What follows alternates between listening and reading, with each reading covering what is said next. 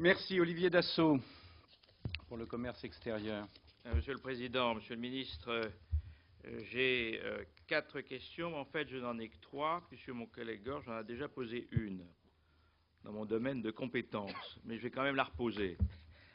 Alors, très rapidement, les indicateurs de performance qui concernent les crédits du commerce extérieur m'apparaissent purement administratifs au regard de ce que doit être leur objectif.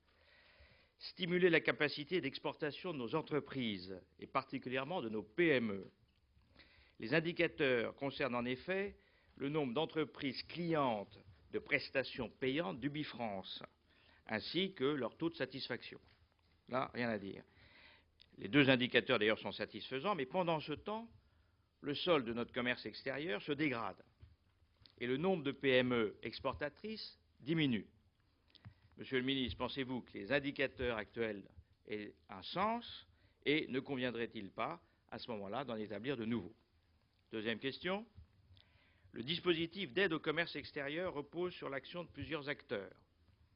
Direction du Trésor, Ubifrance, Réseau des missions économiques, COFAS, Direction régionale du commerce extérieur. Le dispositif est compréhensible pour les personnes familières de notre administration.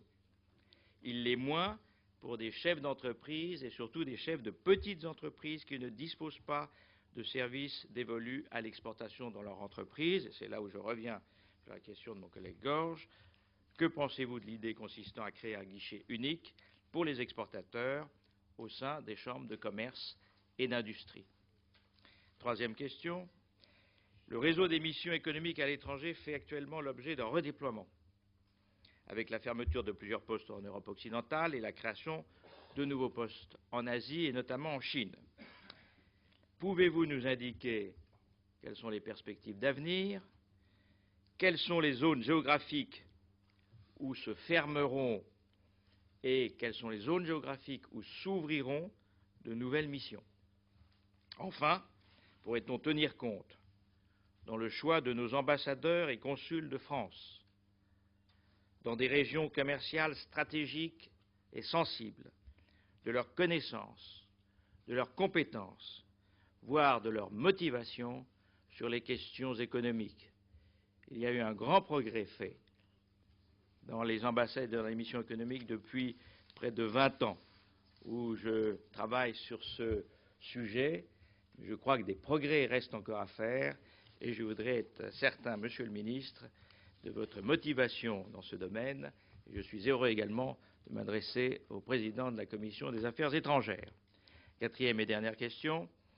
Le gouvernement dispose-t-il d'une étude qui permette d'évaluer les conséquences du taux de change entre l'euro et le dollar?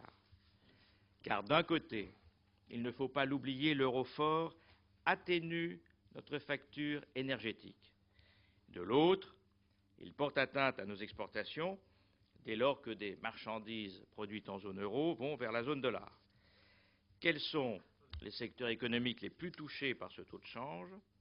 Et au-delà de cette question conjoncturelle, ne pensez-vous pas qu'il faudrait que l'Union européenne ait une vraie politique monétaire et qu'en conséquence, la politique de taux de change de la Banque centrale européenne ne devrait-elle pas se limiter à la seule prévention de l'inflation, mais prendre en compte la croissance et l'emploi? Ceci dit, vous allez me répondre que Jean-Claude Trichet ne fait qu'appliquer en la matière le traité européen, soit, mais est-ce qu'en conséquence, le gouvernement ne devrait pas envisager de proposer à nos partenaires européens une modification du traité européen pour élargir la possibilité d'action de la BCE et le périmètre d'action de la BCE? Merci.